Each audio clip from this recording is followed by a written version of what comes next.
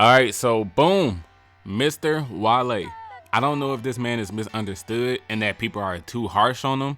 I don't know if he is actually a jerk and the hate he gets is rightfully deserved. Wale has simply always been one of the most overshadowed rappers of the past decade. He came up in that 2009 to 2011 time frame, which, as you guys know, is when we got huge artists like Kid Cudi, Drake and Nicki, Kendrick Lamar, and J. Cole. Hell, even Big Sean is a more known artist. So when you think about all the biggest rappers that came up from that era, Wale is like the 7th or 8th person that comes to mind.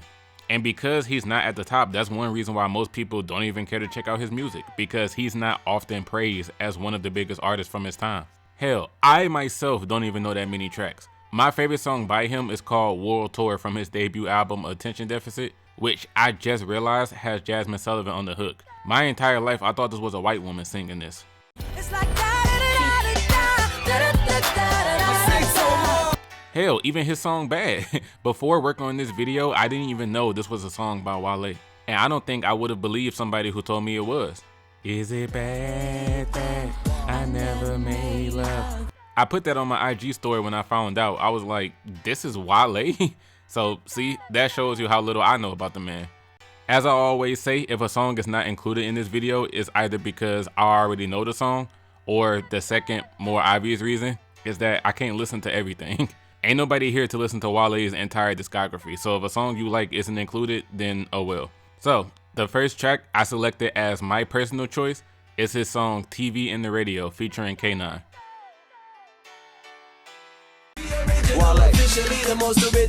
If he wasn't so original, then we'd be criminal. It was decided from the jump that the personal choice from this video would be from his Attention Deficit project, because one of the couple of songs I do know by him already is the song World Tour that I mentioned in the intro.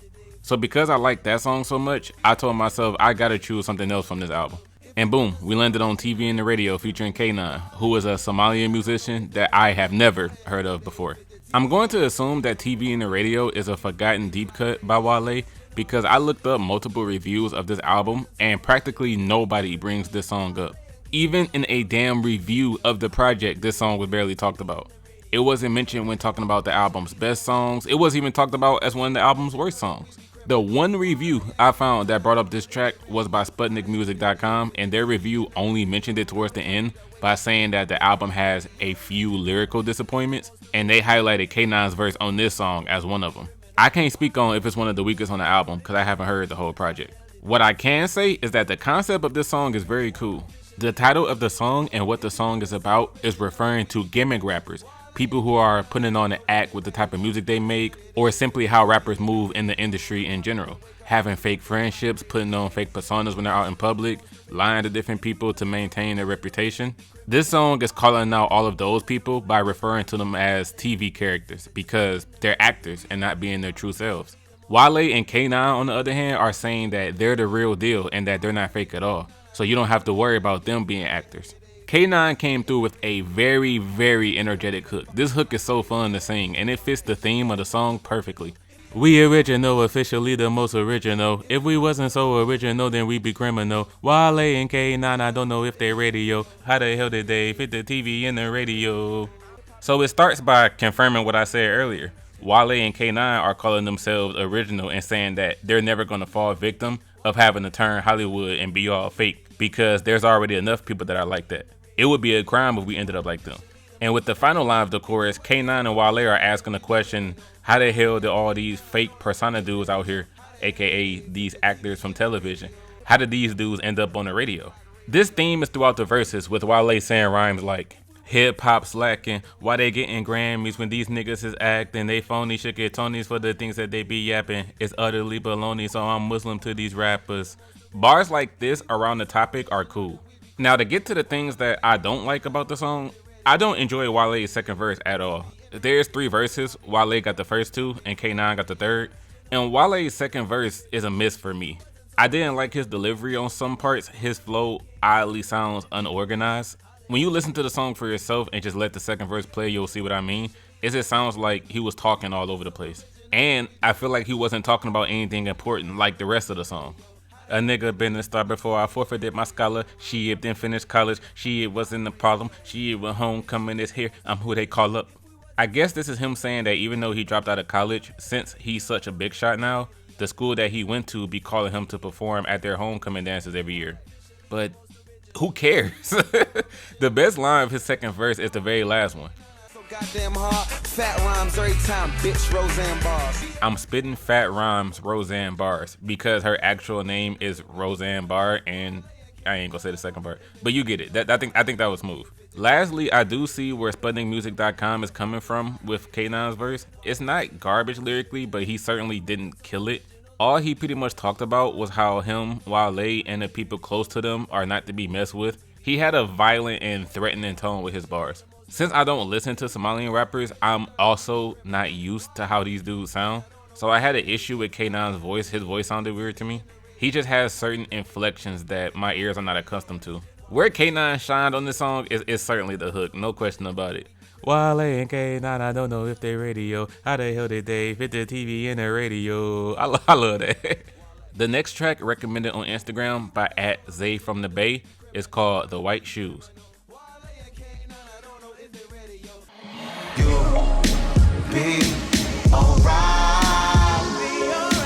Woo! I never would have guessed Wale had a song this good in his catalog. I thought this dude's music was ass. I used to think Gutta Gutta was a better rapper than Wale.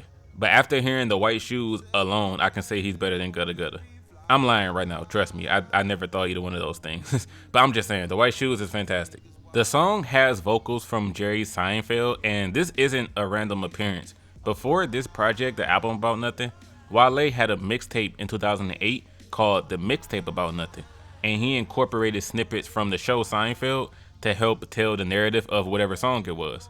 He used the Seinfeld sounds again 2 years later in 2010 with his mixtape More About Nothing, and that brings us here to this project. On the album About Nothing in 2015, he actually had Seinfeld on the project, and Jerry's role was the narrator of the album.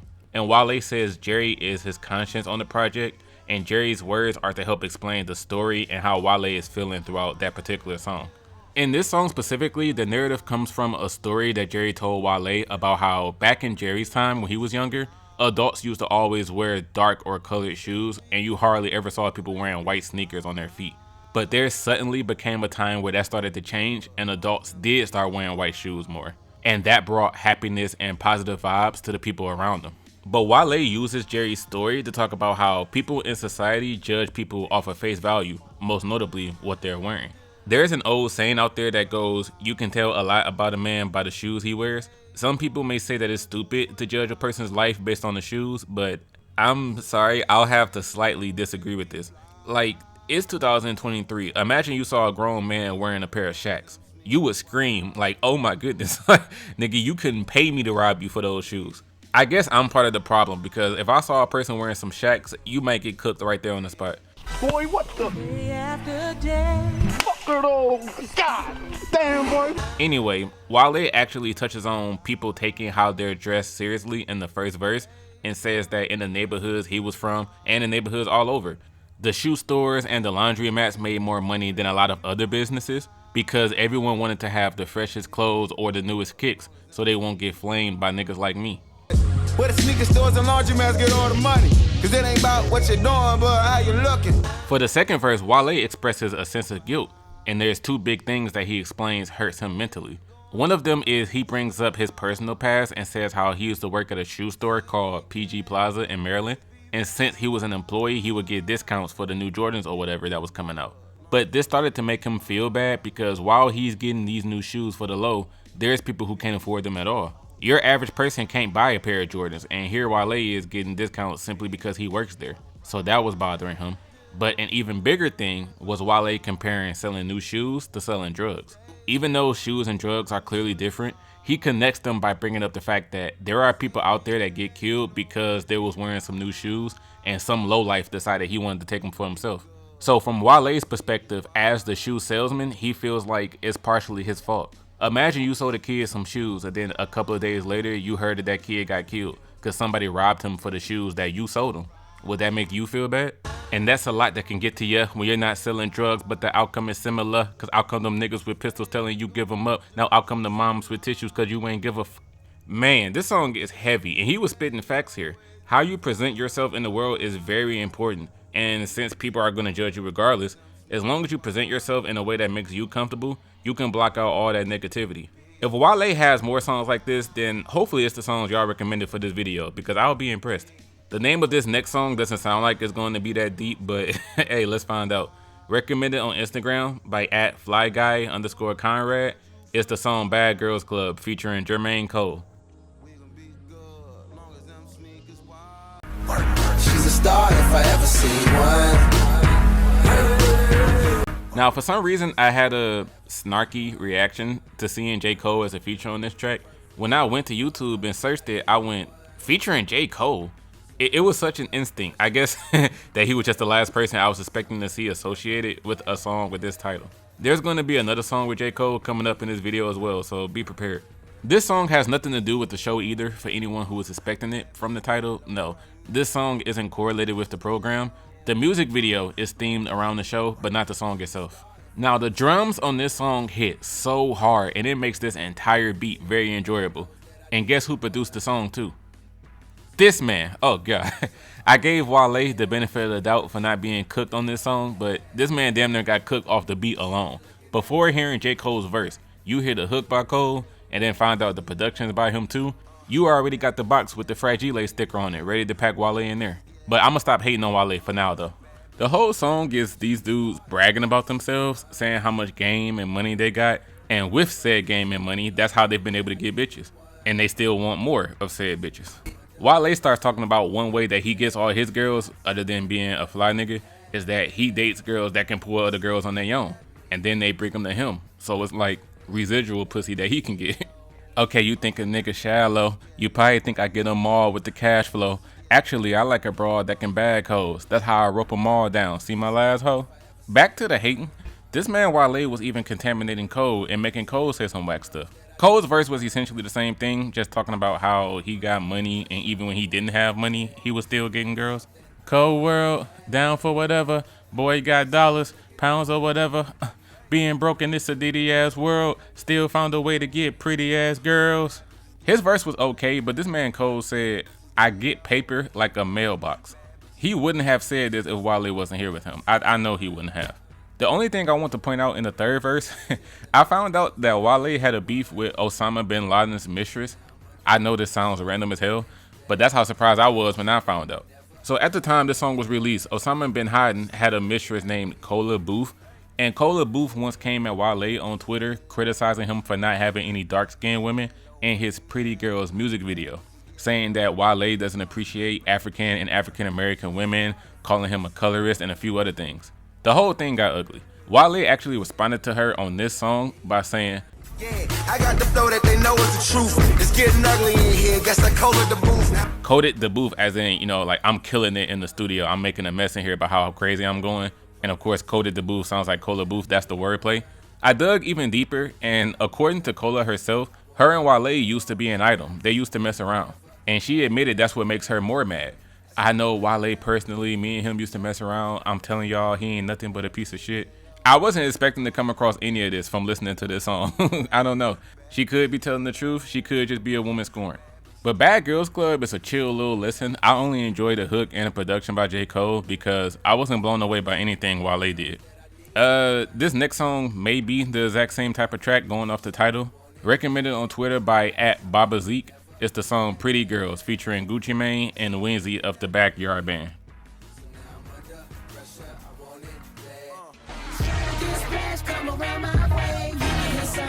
It's like this all day. Oh my goodness. Hey, hold up. While I'm editing this video, I did not piece this together. I just noticed that this fourth song, Pretty Girls, is literally the exact song that Kola Booth was criticizing Wale for in terms of being a colorist based on a music video.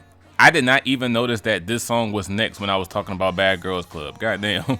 I promise you that I did not put this song next on purpose. This was totally a coincidence for me not paying attention. All right, we on. First things first, Winzy is from a go-go music group called the Backyard Band, and I promise y'all I do not care. And I'm sure y'all don't either. I'm just telling y'all where he from, because Wale grew up in an area that's known for go-go music. But Pretty Girls, just like the last song, is Wale bragging about himself on how he can show a girl a good time. And this man, Guwap, He was in prison when this music video came out, so he's not in the video, but I can honestly see why he was locked up looking at these basic rhymes. And also the way Gucci raps on here, he sounds very bored, like he didn't want to be on this track. Yeah, they call me Gucci, but I'ma buy you Louis. Yellow stones on my wrist remind me of a slushy bird. And then when he was talking about the type of girls he like. Asian, black, Caucasian, I'm blazing, persuasive, so amazing, it's amazing. Every time I hear this verse, I just go, come on, man. Gucci didn't add anything to this. I can't lie, it's small, trivial stuff about this song I don't like. I don't like the way this man is dressed in this music video. The moment I saw this outfit, I knew he wasn't about to spit anything crazy. This whole getup just looks ridiculous to me. The people who grew up around this time probably gonna say, man, you tripping, this style was fresh. Nah, it looks goofy now. And then the song got worse when I saw Currency in the music video. What the hell, man? Get this trash ass nigga on somewhere. When he's around any track, it automatically becomes worse. Now, to stop playing around and to speak seriously about the song, this is honestly the first track in this video that I don't like, if I didn't make that clear by now. I know that the chorus by Weezy is probably what a lot of y'all love about the song, but it doesn't move me that much. Now, comparing Wale to Nick Cannon is disrespectful as hell, but I'm gonna do it anyway. The part of the song where he goes, ugly girls be quiet, quiet, pretty girls clap, clap like this. It reminds me of this song by Nick Cannon called Dime Piece, where Nick says, ugly chicks be quiet. You know you're not enjoying something when you'd rather listen to a Nick Cannon version instead. I found out that there's a remix with F.A.B.O., L.O.U.S., and Breezy, and even they couldn't save this. I did not like the remix either, and it's just the overall sound of this song is just not appealing to me. Wale's first verse was fine.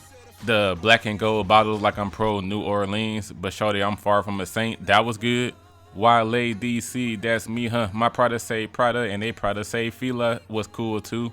And if y'all didn't know, yes, Fila used to sell their own versions of Prada shoes, and people most definitely got flamed if you was caught wearing these. But ooh, we not supposed to make fun of people for the shoes they wearing though.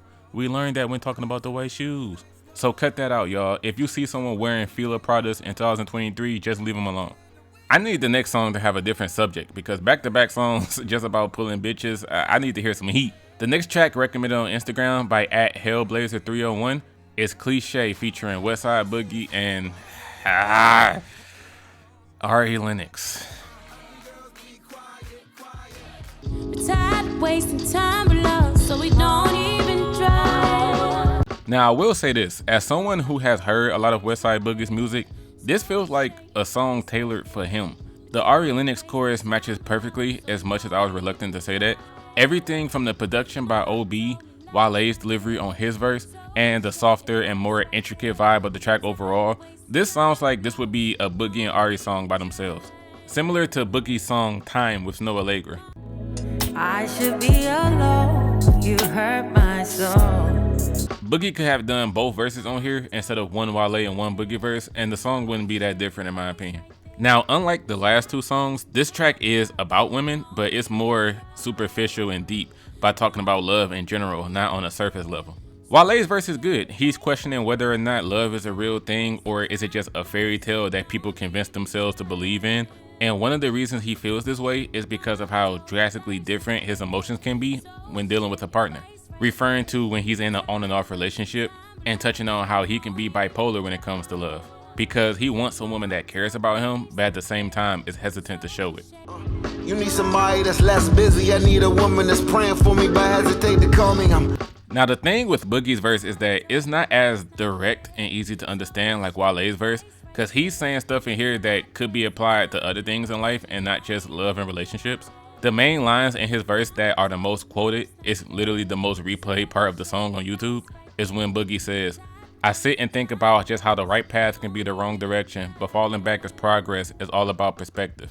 This can be applied to anything. Saying that you're going to fall back on something doesn't mean that you're going to work on it less or pay attention to it less. It can mean that you're going to be more methodical with how you move through it. It's all about the way you look at things. Pretty much anything in life can be different, quote unquote, based on how you look at it. And I love when Boogie does that thing when he lowers his voice to sing in a deeper manner. When talking about how people act different when they're in a relationship or not, and when they're around or not around certain people. And he said, you're way different when you're solo. You seem happy in your photos. I'm way different around my bros. That was clean. Cliche is something, dare I say, Ari Lennox renegaded to both of these dudes. I promise you, most people who hear this song will like it because of the production and the chorus from her. Next up, recommended on YouTube by Irvin Sigler, is the song Love Hate Thing featuring Sam Do.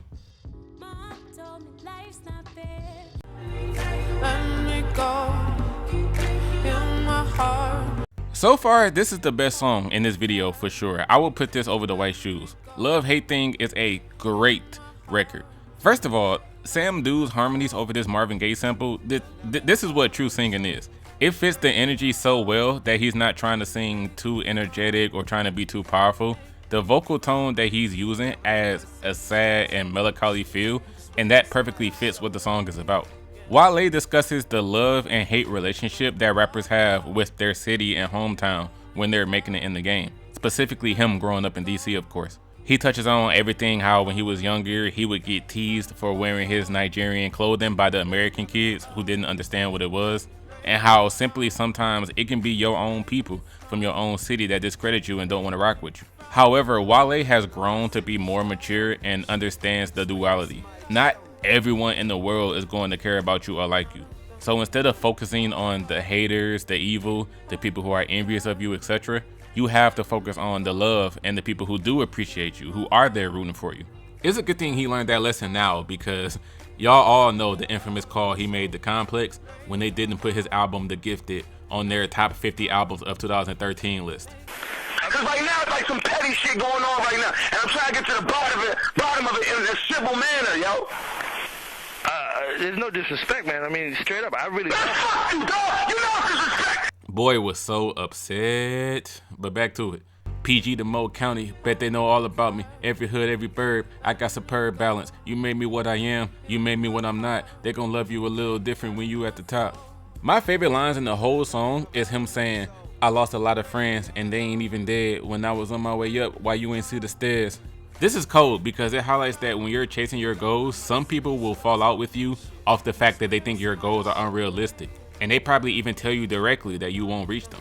But as mentioned, Wale is too strong for that. He made sure to prove all his doubters wrong. And even though some of his doubters were raised in the same area he was, he's grown to appreciate them for making him who he is now. And that's why he makes sure to show love to DC on every song he can. Because he knows that if he didn't grow up in DC, he would be an entirely different person. Before listening to the other songs that was recommended to me, I will say at this point in time, Love Hate Thing is the best song I have ever heard from Wale. Ain't nothing touching this. However, anything can happen, so let's find out. Next, recommended on Twitter by @Control the Artist, is the song Moving Different featuring McClenny.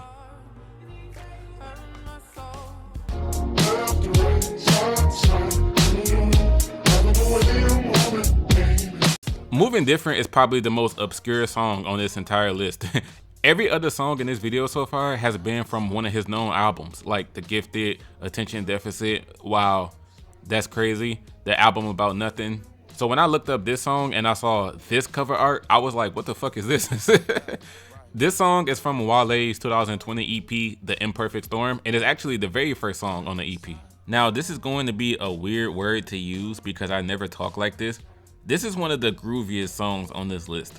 If you solely focus on the chorus and production from McClenny, you would think that this is a dance song because it surely sounds as good as a dance track.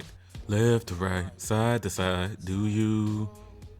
Left to right, side to side, you do. Loving the way you move it, baby. You can't sing something like this and not want to move along to it.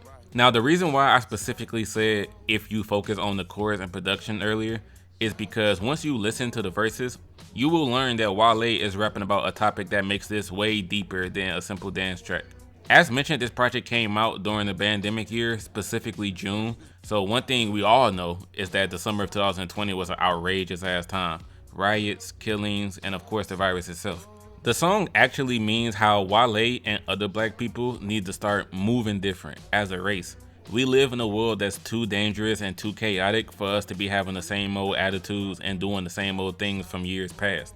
If we want to be treated differently by others and if we want to make an advancement as a people, then we need to start changing how we are and again start moving different in order to see results. He highlights the lootings and the murders in his verses. They ran through the stores. They ran through the spas. It's hard to get mad when there's mad niggas gone. Spas and gone don't rhyme, but just go with it. The second line makes a lot of sense because blacks have seen so many of their own kind get taken out of the game that it more so makes you upset and depressed instead of angry. But one thing Wale does admit is that he doesn't have the exact answer to how black people should move different. He admits to not having all the answers. He just knows that they need to do something. America's gone, and here are the results. I'm trying to move different, but to where? Cause I'm lost. This song is great, off of what Wale is rapping about alone, but even if you don't care for the topic, McClenny did a marvelous job on the chorus and production that you can listen to it from that angle and enjoy the track. Y'all gotta keep these highs coming in because Love, Hate Thing and Moving Different being back to back was amazing. Next up, we finally have that other J. Cole feature track that I alluded to earlier. Recommended on Twitter by @OJ_Lane.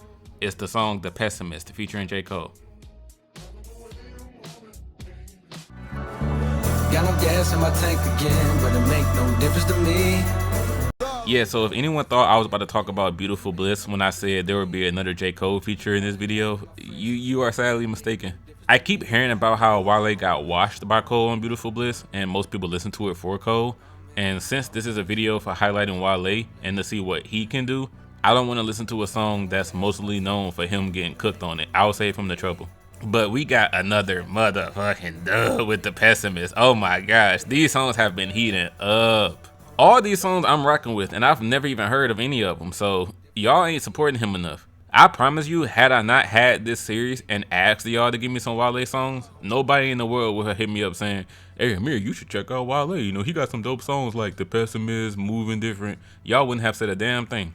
That's why Wale is not as popular as a J. Cole or a Big Sean. His own fans don't even try to put people on. Y'all are so selfish.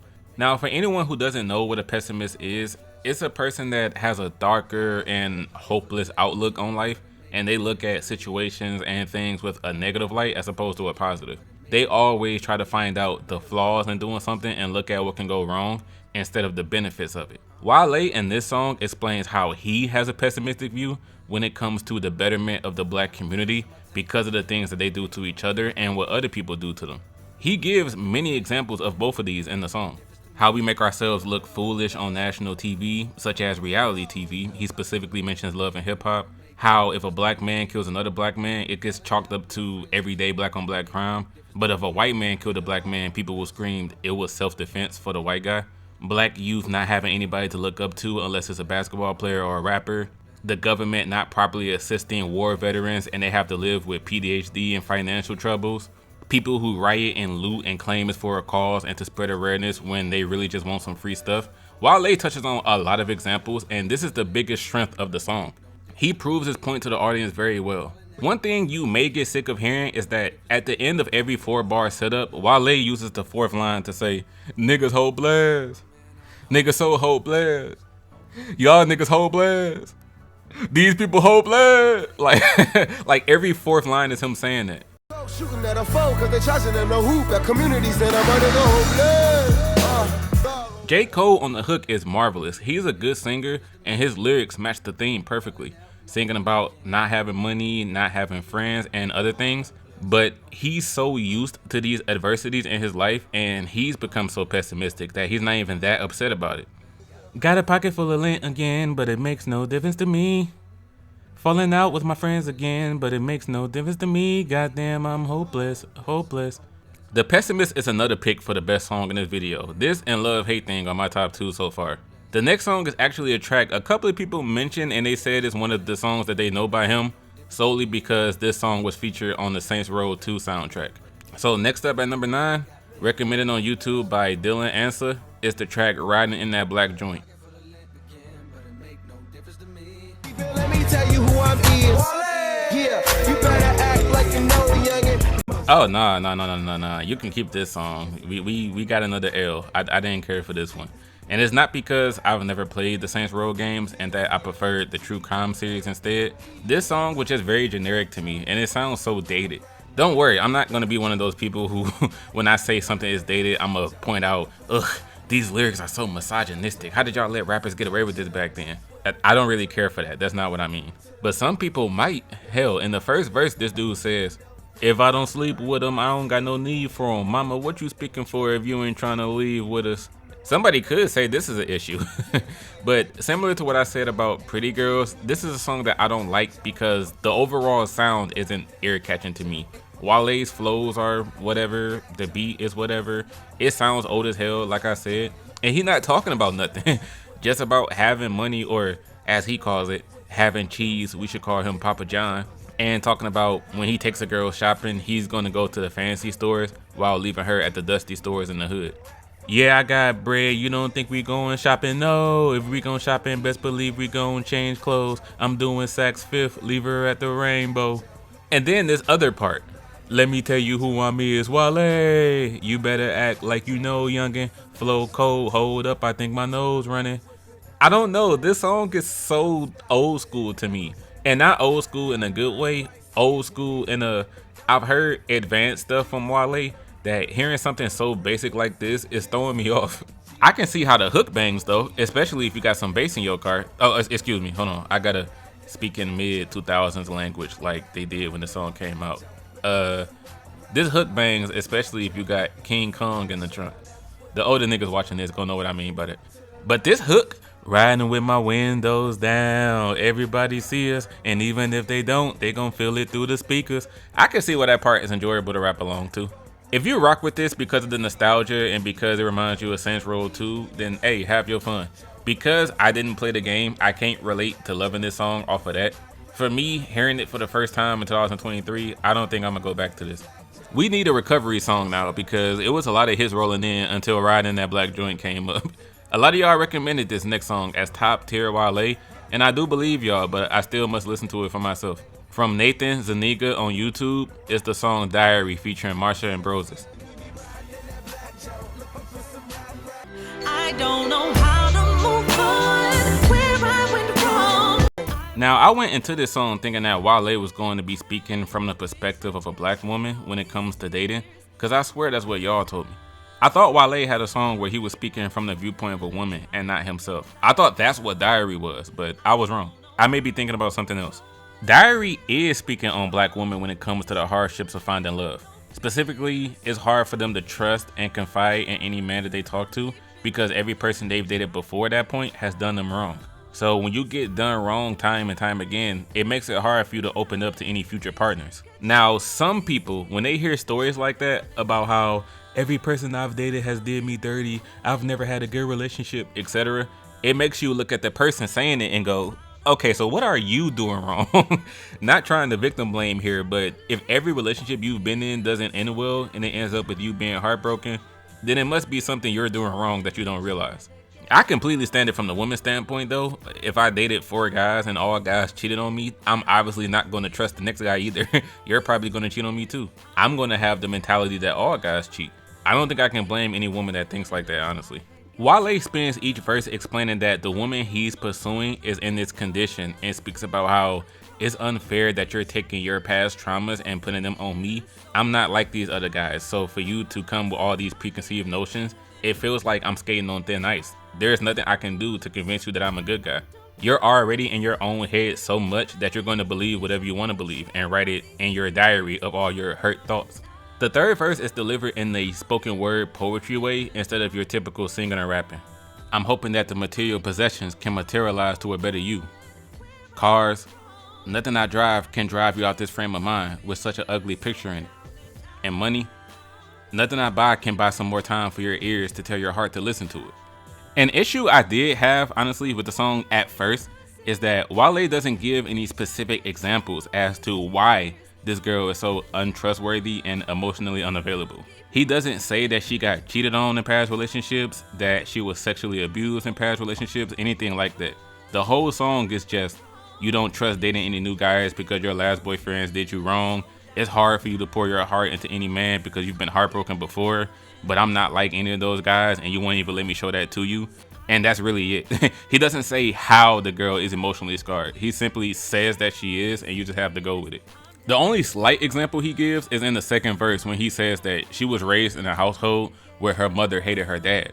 So seeing that growing up, it's very easy for her to say F you to a guy and not be able to make a bond with someone. The reason I emphasized at first is because that's where Marsha comes in. She's the one speaking from the perspective of the woman, and she says beautifully on the chorus, "I wonder why I sit and cry, wish I could shed all these tears. I'm down and out.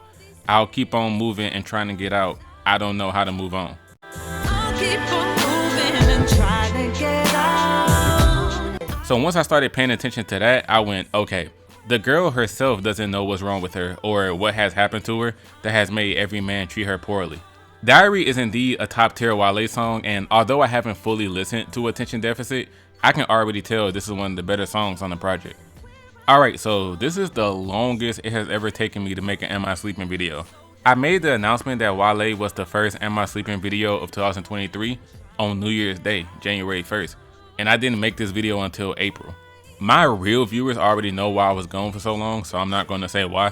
Since it's been so long though, I had to throw a bonus song in here. The bonus song actually comes from one of my close friends from high school who said he rocks with Wale and he thinks Wale is misunderstood. People don't rock with him and he's not as famous because most people don't even care to give him a chance. Wale actually has many good songs. So while he was telling me this, that's when I decided to put a bonus song in here. And I asked him, what is that one song by Wale that you would recommend everyone listen to? If you had to put somebody on to Wale, what is the one song that you would give him?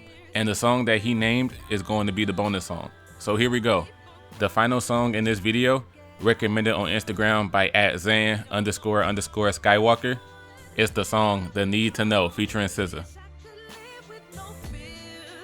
I just wanna know your name. It may be some time.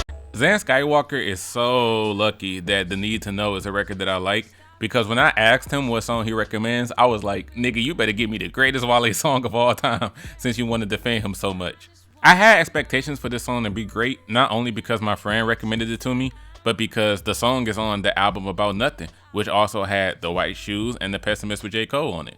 And those two songs are some of my favorites in this video. So y'all let me know if this is Wale's best album or not.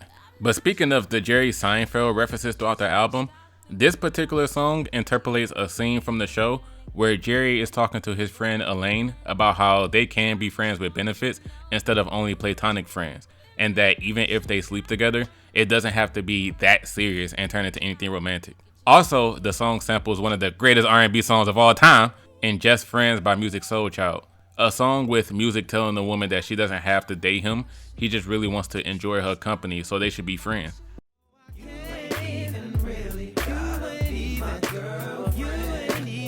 SZA and Wale, instead of talking about, oh, you don't have to be my boyfriend, girlfriend, we can just be cool and that's it, they sing about, oh, you don't have to be my boyfriend, girlfriend, we can just have sex and that's it. So instead of being innocent buddies, they at least want to be able to smash with no strings attached. The title stems from them saying that they want people on the outside to be curious on what they're doing and think that there's something going on, but they're still going to tell others that there's nothing between them. Trying to keep it low. Keep them all on that need to know.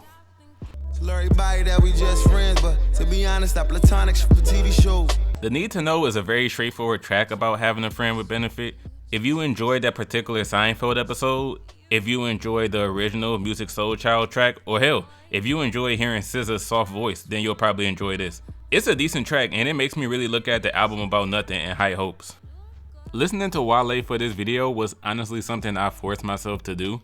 In the beginning stages with the first few songs, I had no interest in listening to this dude at all. Even though I ended up enjoying a few songs at the beginning, it felt like a chore listening to this dude.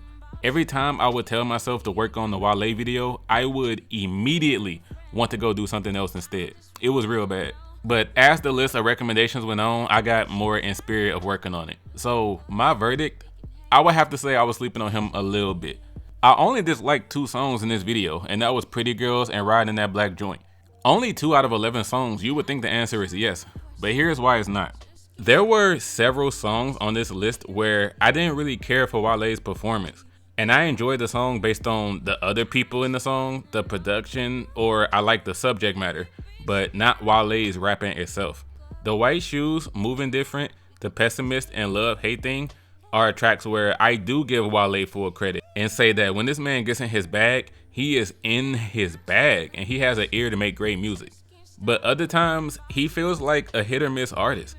Bad Girls Club, Diary, TV and the Radio, We Original, Officially the Most Original, Cliche, and The Need to Know are all songs where Wale could have been removed from, and I would enjoy the song the same amount or even more. I see why he has a solid fan base, but I also see why he's a hit or miss rapper for a lot of people, because he got some great songs, but he also has songs that even if you like the track overall, his part of the song you'll be like, whatever. Alto, alto,